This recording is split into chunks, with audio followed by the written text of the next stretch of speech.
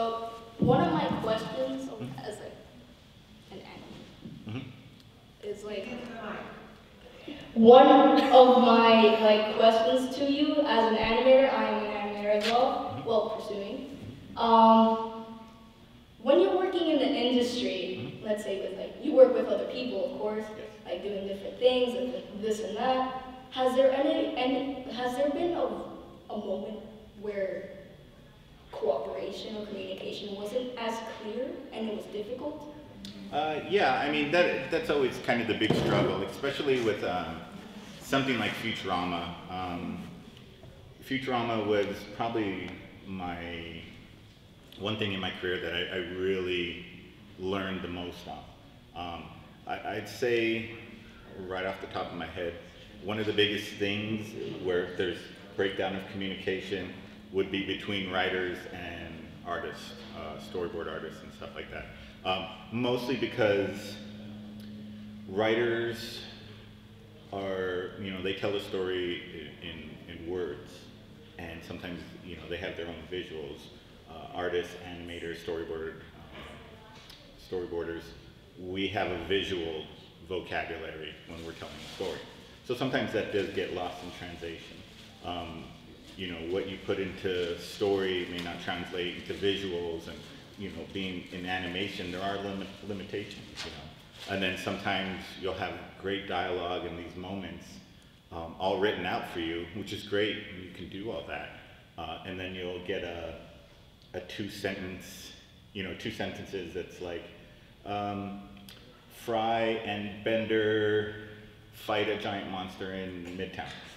And that can mean anything. That can take, how long does that take? Where do you go from point A to point B? So I think that's where big breakdowns seem to happen, and then sometimes too it's just being in animation and being a visual person. Everybody's got a different way. You give the same script to 4 different storyboard artists. They're all going to have a different interpretation of it, So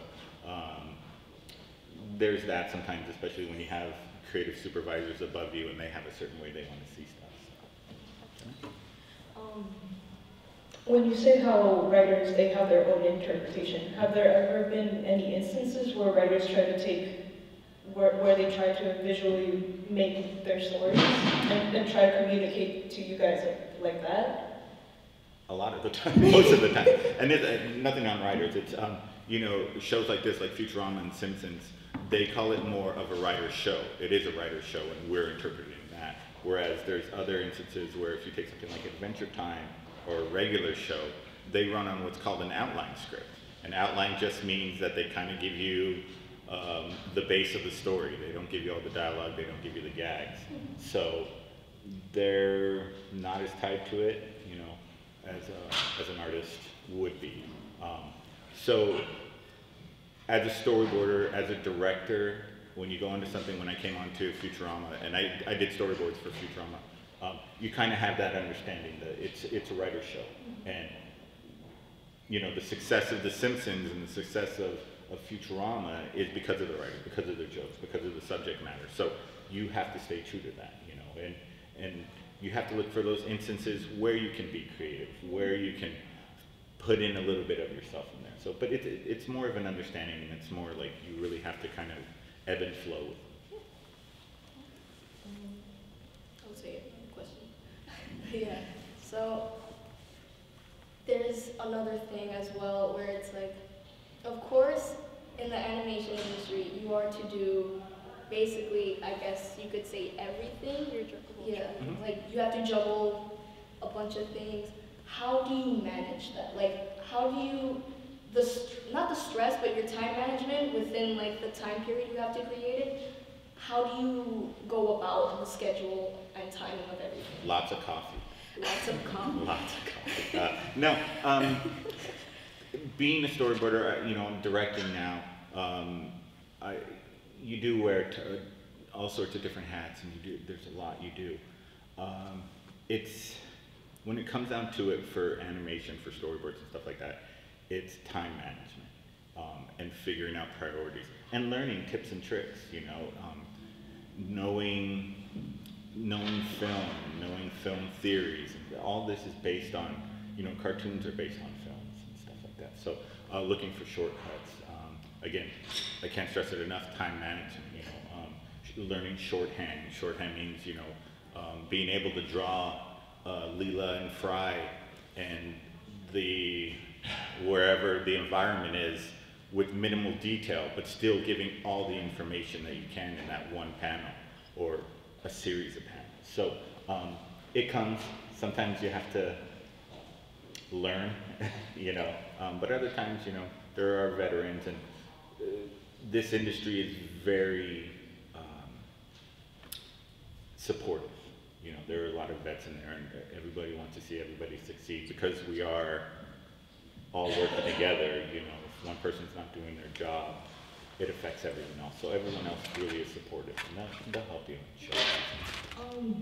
I know you graduated from CalArts, right? No, actually, I teach at CalArts. Okay. So real quickly though, I'm so sorry. I applied to CalArts and I didn't get into CalArts, and I was totally bummed. And I figured I wasn't good enough. So I actually joined the Navy for 6 years instead, which totally, everybody's got a different path. And then I ended up going to the Joe Kubert School. And then just kind of worked my way back into animation. That ties into my other question about school. Do you think it's necessary, or will it give you a good boost in animation if you go to school for animation, to study it? Yes, I do think so. I mean, here's the thing.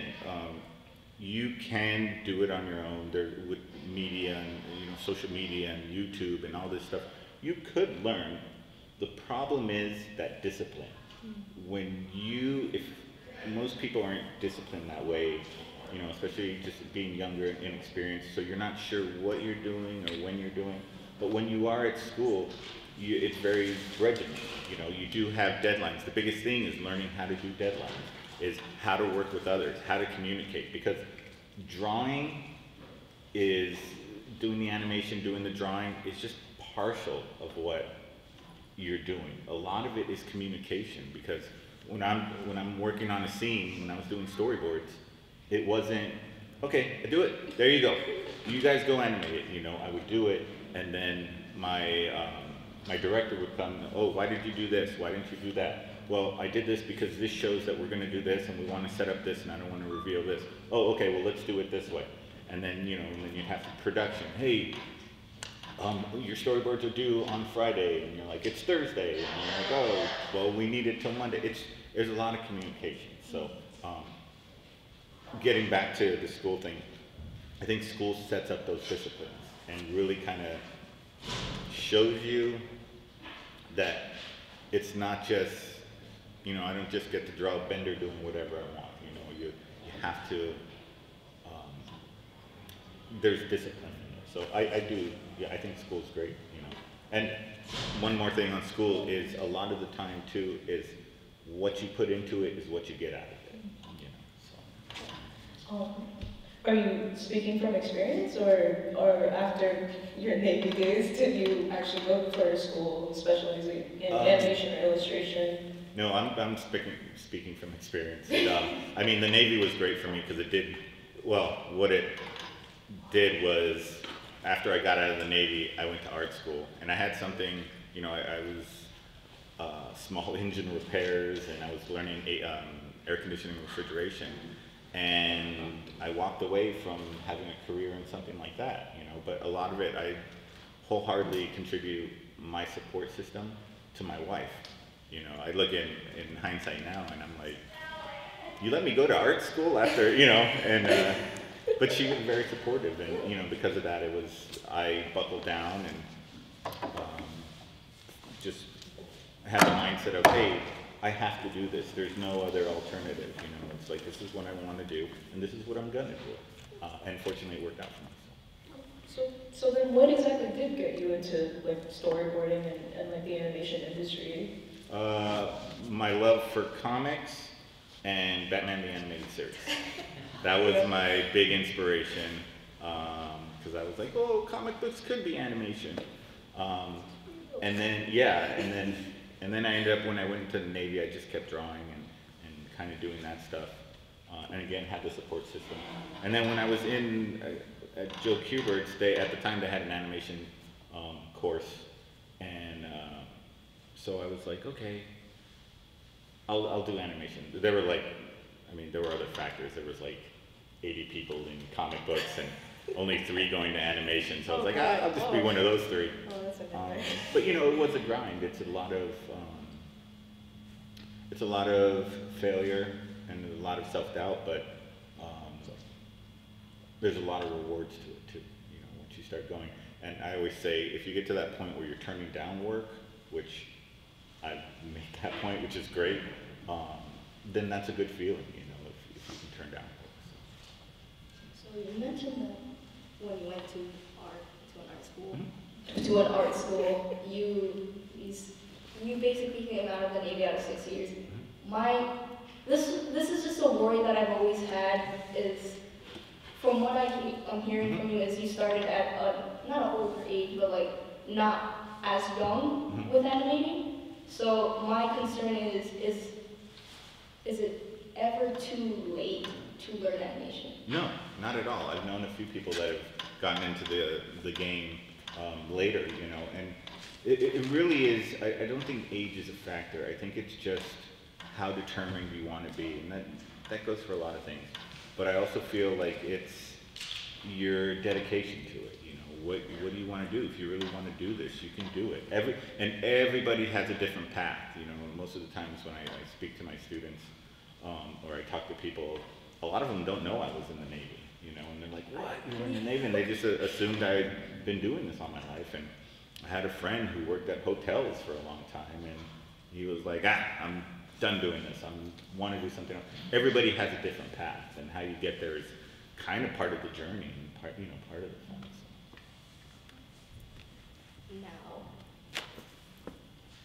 Now, going back again to like the industry and having to, you know, do different things at the same time, is you do storyboarding, but is there this, and also directing, but is there a preference that you have, or any dislikes you have while doing your job, or like, is there something you prefer to do more than the other? I love directing. By nature, I just love problem solving, and that's what directing is. It's, you know, trying to figure out what your supervisor wants, or what the show needs, and how to fix things, and how to make things dynamic. And, you know, especially with animation nowadays, they're restricting. You know, they won't let you do a full run cycle. They want you to cut, and so, you know, animation and time costs money, and nobody wants to spend that money unless you're doing feature films. So I prefer directing, and I like seeing the whole. I think when you do storyboards or you do design, you're seeing part of it. You know, you're focused on your section of the board of the storyboards, or your section of the film or sequence, or if you're designing these characters, you're designing the aliens, so you focus on the aliens, or the spaceship, or this. Seeing the whole picture for me, I like seeing that. I like being able to say, okay, well, we set up this, let's pay it off here, let's move this here and there, and we'll get more of an impact, because it really is, you're trying to get the most out of, you know, an episode or a film or something like that. You're really trying to hit those beats, and I want the audience to feel like this at this moment. I want the audience to be scared at this moment. I want the audience to get goosebumps, and, you know, at the end, you know, I want them to really want to see the next episode, or to feel for the character. So I prefer it. Have you ever had to pull people back from, like, maybe not hyperfixating, but like concentrating on one section of of an entire project? Pull them back? Like you say you prefer to see the whole picture. Like you like to see all of the moving parts. Have you ever worked with people who instead like to work within the specific parts? Sure. I mean, immerse themselves within that? Yeah, I mean, I think that comes with time management. I think that, again, feature films can go years. They can, you know, and they get rewrites, and they get money, and they get the support to do that. When you're working on a show, whether it's 22 minutes or 11 minutes, you're on time constraints because you have to do your section in whatever your allotted time, anywhere from 5 to 8 weeks. I think Futurama, we got 6 weeks. And then when that's done, you're on to your next episode. So as a director, you do, I think that's part of like the inexperience, is just sometimes they get caught up in details. So you have to, I wouldn't say it's like stopping anyone, it's just trying to guide them through and figuring out what works best for them and their work and their habits and their time management.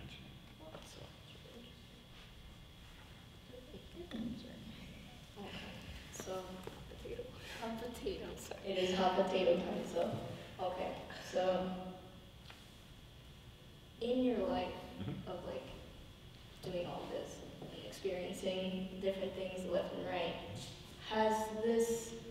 has working in each of these like shows, especially Futurama, how has this impacted your life in a way, like positivity, negativity, doesn't matter, but how has this impacted how you yourself? I think for me, it's impacted my life that I'm married, I have 2 girls, they're wonderful.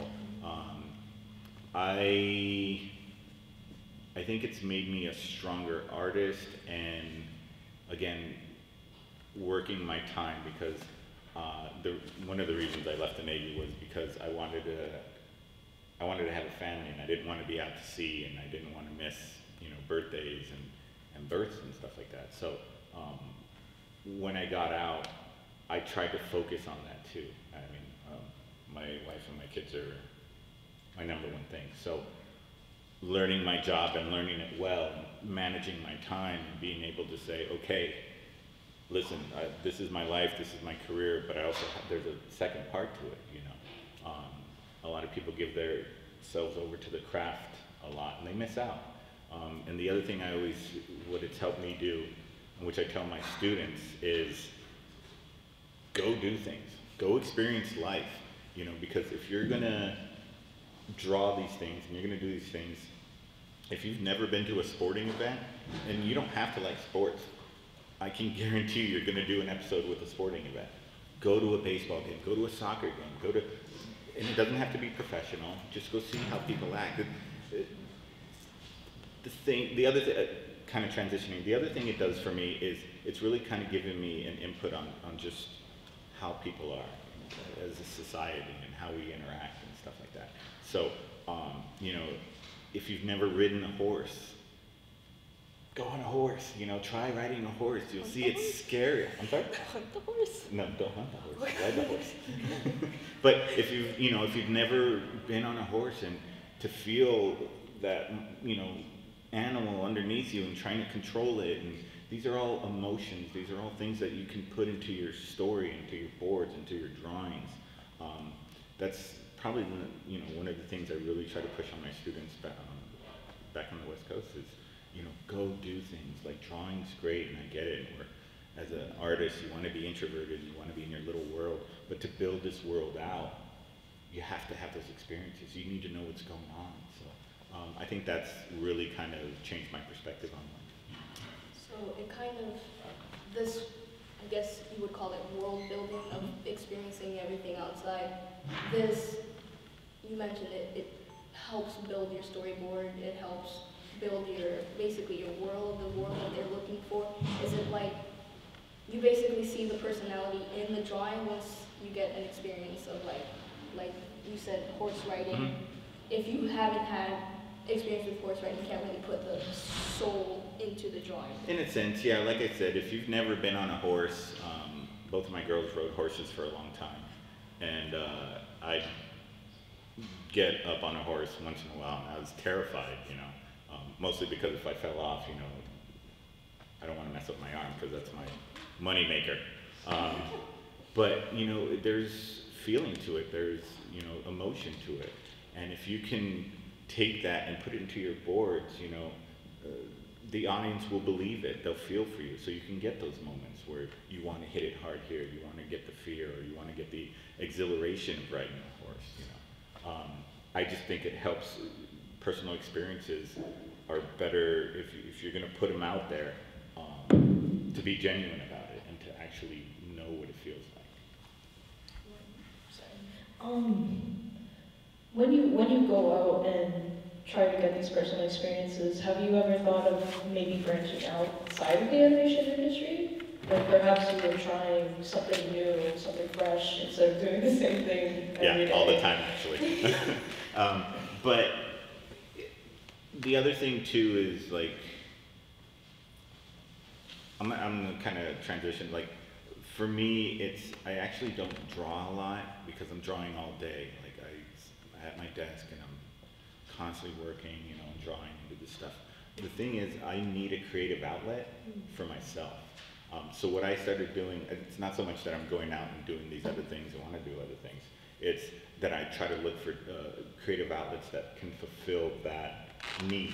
So like for me now, it's like I took up like woodworking, you know, and yeah, just to try something new, and I took to it. And I've done the sculpting and I've done the painting, and that stuff just never really clicked until I started working with some wood and making stuff. And that's how I fulfill my creativity. And I think that's part of it too, is just having, every artist needs their self-creativity, you know, because once you get into this industry, you're going to be working for people, and you're going to be working for different opinions and egos and things like that, and these big companies, and it's a career and it's a job, and you know, you're trying to make money and they're trying to make money, and so sometimes it gets lost, you know, and you have to find something to keep that spark. You know, and maybe it is finding that right production. Maybe it is finding your Futurama or you know, Teenage Mutant Ninja Turtles or something that you really love. That you're like, I'm all in on this. But other times, sometimes you're like, okay, I'll work on this preschool show because I got bills to pay, and you know, I have to work. What's up? I was on Wonder Pets. Yeah, I worked on Wonder Pets too. So, but I had to pay the bills and stuff. So, but I found other things to fulfill that creativity. I'm guessing you had to move a lot from place to place, since I'm not sure how everything is like located, but every industry has a different location. Have you ever had to like move a lot? In the Navy, yes. And then I actually came out to, was living in New Jersey and going to school to the Cuba school, and then working out of here at a little airplane in a place called 524 Films, which I don't think exists anymore. But then I got offered, you know, something in California, and ended up moving back to California. Other than that, I haven't really moved since then. No, that's kind of where the hub is, and California. Yeah, in LA, and it, you know, it's great, but that traffic, it's it can like be. New York Transportation's even worse. Yeah, so no, I haven't had to move too much. It's just I'd like to move somewhere else, but right now that's where the hub is of everything.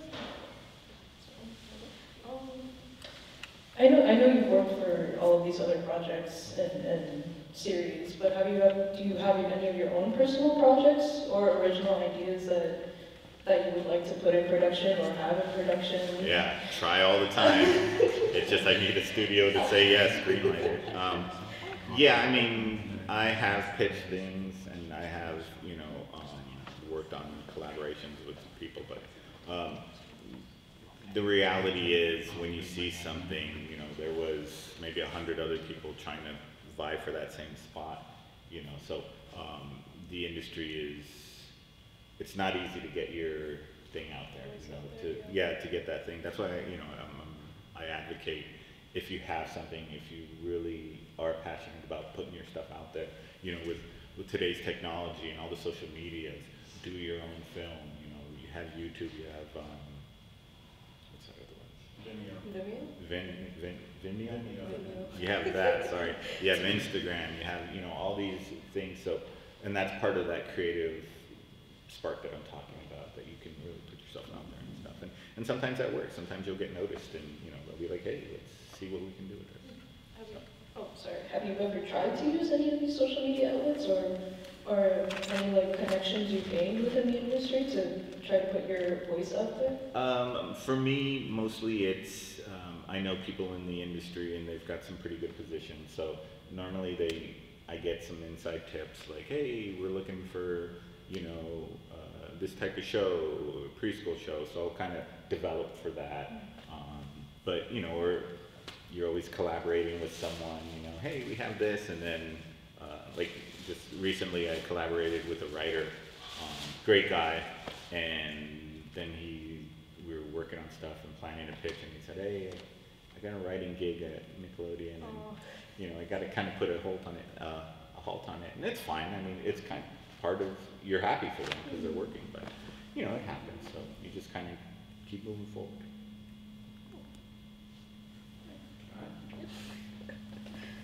I'm going to monopolize the hour of your life. And we are going to open it up to, I don't know if anyone have questions for Abe? No? All right. You, maybe? Perhaps?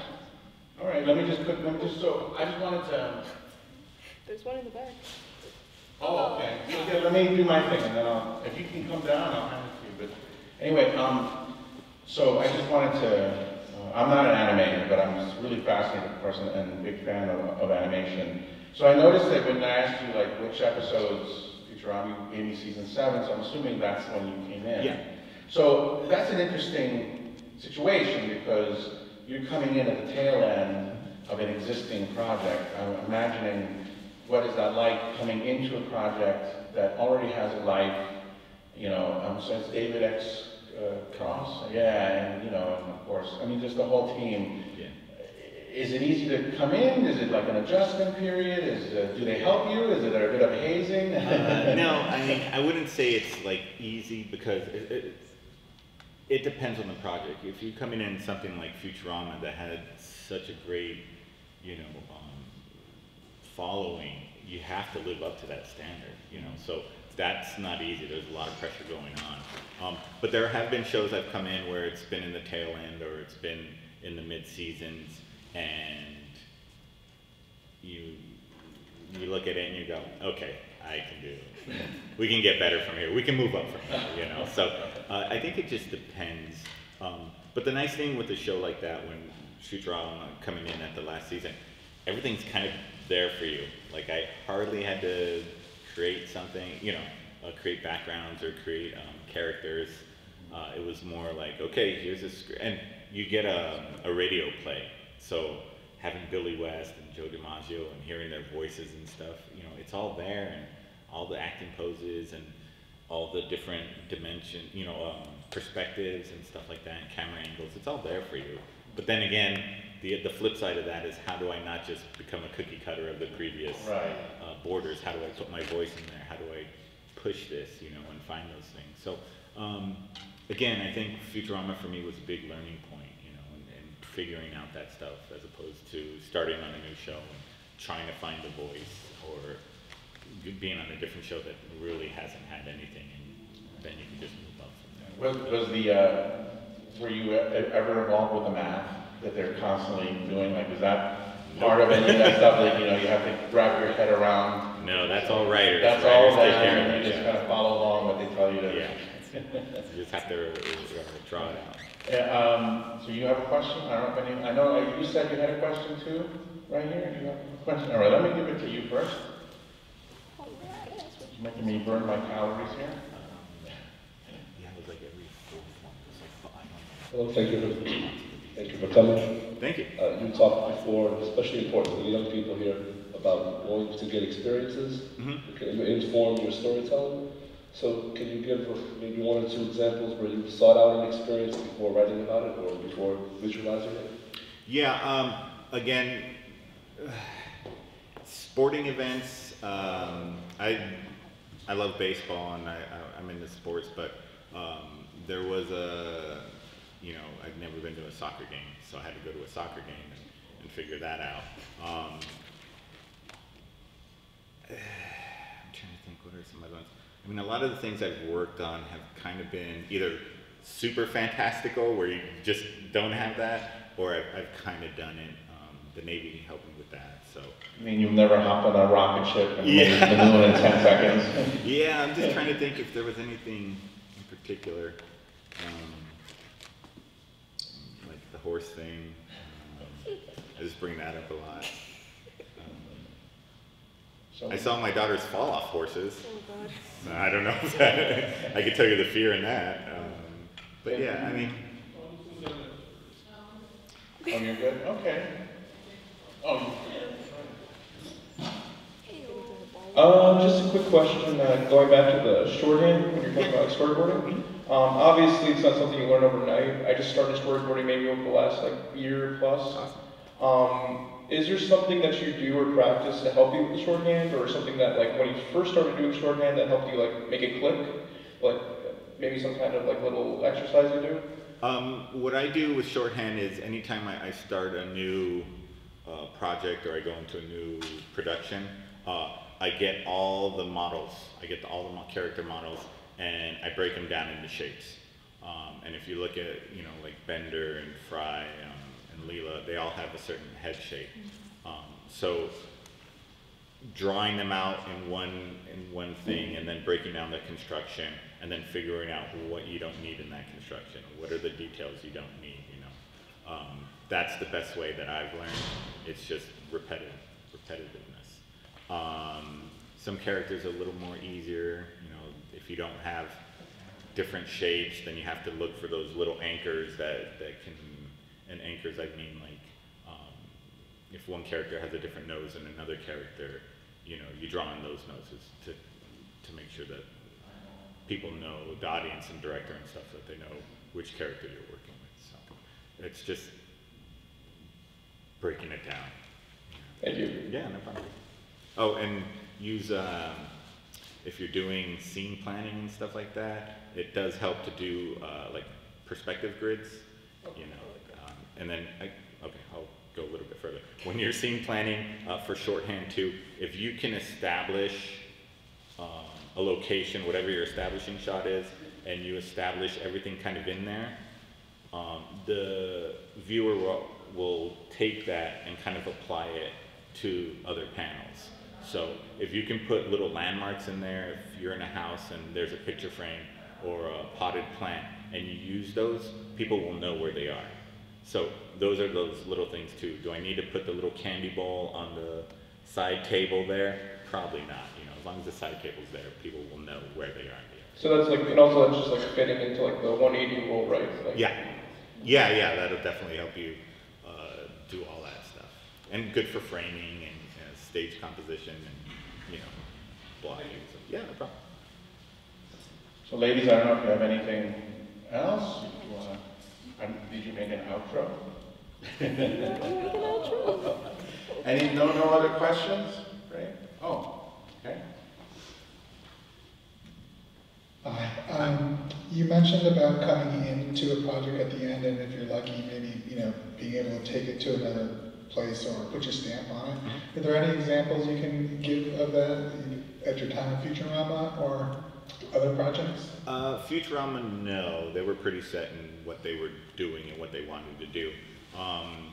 There was Powerpuff Girls was kind of like that for me. I came in after the first season, and yeah, it was wasn't getting good reviews and stuff like that. So just trying to make that fun. One of my personal things is nowadays I feel like certain studios and certain productions have lost their, how do I put this? No, they don't understand their audience, So if it's a Y7 show, which means, from 7 to 10-year-olds, that's who you should be catering to. That should be your jokes. That should be, the type of vernacular and dialogue that you should be using. And I don't think they always do that. I think sometimes it's self-serving, and sometimes it's, I think this is funny, so that's what I'm going to draw, as opposed to, what would a 7 to 10-year-old think is funny, And for me, it was great because my daughters were growing up at those ages, and so I was like, hey, what do you think of this? And they're like, I don't get it. And you're like, okay, or hey, is this funny? And they're like, Dad, no. And you're like, okay, So, that just for me, it was always trying to find that, trying to cater to your audience. And Futurama was great because it was a different age group. Wonder Pets is a different age group. It's, the one thing I've been lucky in my career is I've run the spectrum. I've done everything from preschool to prime time, to comedy to action. So I feel like I have a good gauge on that stuff, but I don't feel that everybody does. And again, I know everybody wants that spark and wants to put it out there, but you're doing this for an audience. If you're doing your own cartoon, please do whatever you want to do, but if you're working for a studio, you're working for a production, you should be looking at your audience. And if you have kids, great. If you don't have kids, nephews and nieces, and ask their opinion and get their, take on things. And if you don't have access to kids, I don't know what to tell you. No. I mean, at the same time, it's like a lot of the references I got was, I take my kids to school and I'd watch all the kids run around, and you have the spazzy little kid with the basketball that just throws it, and kids running around, and one kid sitting by himself, and two girls talking. And it was just, you have to reference life, and you have to look at this stuff and just see that age group. Does that answer your question? Yeah. You have a follow-up? Okay. So it's great that you've had such a wide variety. Is it possible to get typecast as an animator in the industry, or Joe's the anime guy and this guy's the Bubble Guppies guy? Or, how did you get to do such a wide variety of stuff? Yes, the first part of your question, yes. I had a really good friend that worked on feature, and he ended up being that guy, where it's like, hey, we need something done. Nobody else can do this. Give it to that guy, and he was great. So, yes, it happens. You have the action guys, you have the funny guys, you got the idea guys, who can't execute, but they've got that funny idea.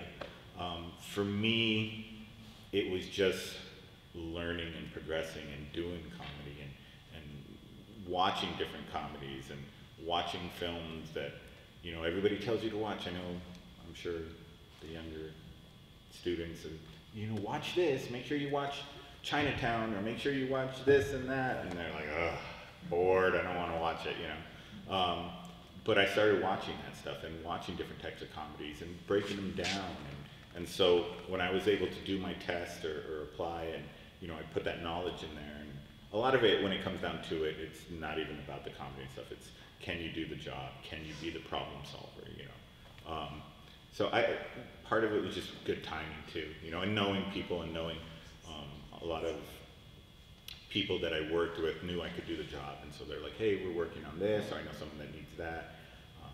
So it's kind of worming my way around. So ladies, I don't know if you want to wrap it up. Looks like we're done, I guess. Does anyone? All right, Abe, I don't know if you have any parting words. No, not really. I mean, if you have any, You're going to be at your table. Yeah, I'll be at my table. Please come by. What's your table number? My table number is 120. 120. Please come by. Ask me questions. I'm an open book. Well, half open book. But yeah, come by, and if you need some questions and stuff like that, or if you have any questions or how things are on the West Coast, it's a little different than here, and what's going on out there. I'd be more than happy to talk to you, and I'll be here today and tomorrow. And tomorrow I have a portfolio review. You have to register for all the portfolio reviews, so get online, register, and then get your work checked out. Yeah. Okay. Well, thank you for having me. Ladies, thank you also for moderating. This is fantastic. Thank you again. It's fantastic to have them over here. So, this is it.